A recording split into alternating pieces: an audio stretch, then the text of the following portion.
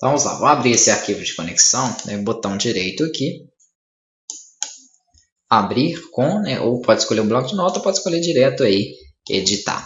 Vou deixar a fonte dele um pouquinho maior, só para que vocês possam, obviamente, visualizar melhor aí os comandos, né, sem ter dificuldade de ver aquilo que eu estou editando aqui.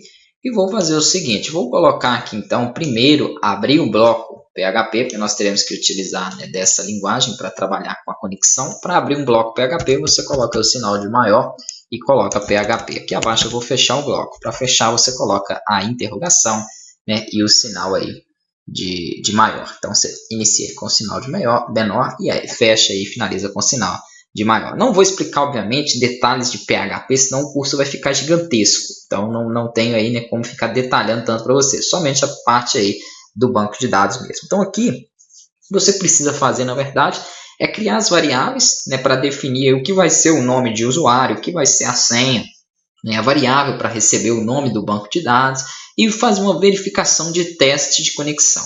Se ele der algum erro, ele exibiu uma mensagem de erro. Se conectar com sucesso, ele exibiu uma mensagem de conectado com sucesso para que você mesmo, programador, saiba se já está funcionando. Então vamos lá.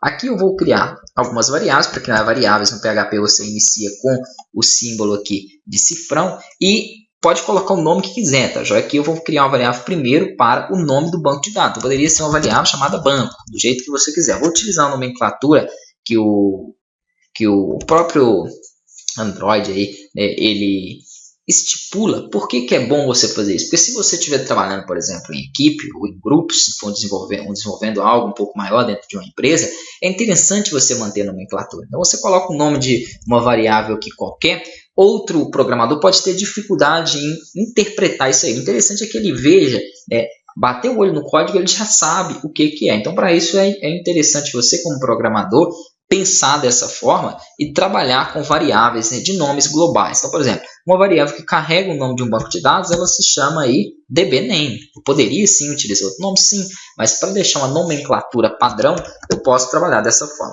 O nome do meu banco de dados, se eu não me engano, é MySQL-app. Poxa, mas eu não posso achar que é isso, então você tem que conferir. É só você voltar aqui, ó, no localhost e olhar. Então, o nome dele é MySQL-app. Então, você vai colocar o nome que você colocou aqui.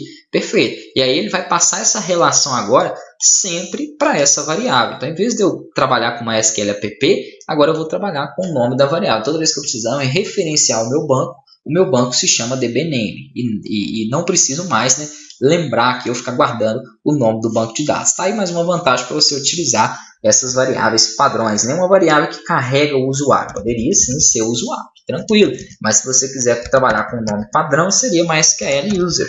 Sempre trabalhando com um underline ali para poder separar. E aqui, o meu nome de usuário, que eu mostrei para vocês do banco de dados, é o root. Perfeito.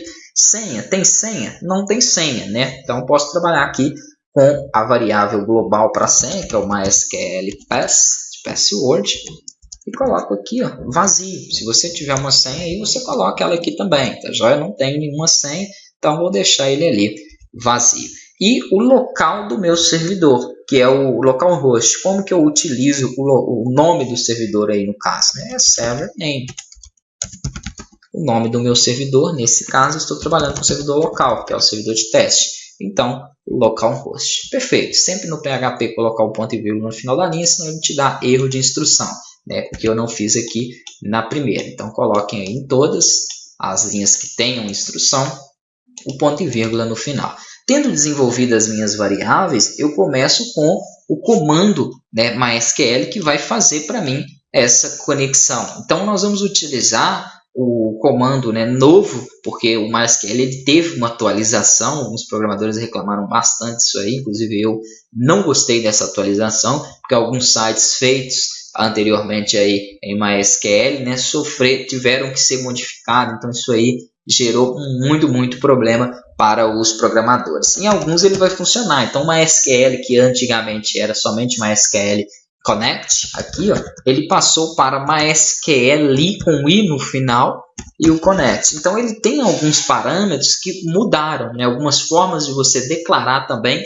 esses parâmetros mudaram. Então, alguns sites antigos que tinham somente MySQL Connect, dá erro aí, né? De vez em quando a gente vê isso navegando e tudo, então temos que fazer alguns reparos. Vamos já utilizar, obviamente, aqui para o nosso projeto, a nova versão do MySQL. Então, na próxima aula, nós vamos aqui passar essas variáveis aqui para dentro da conexão para finalizar o nosso arquivo de conexão e poder já partir aí, né, para o Android Studio, atacando ali então o banco de dados aqui criado.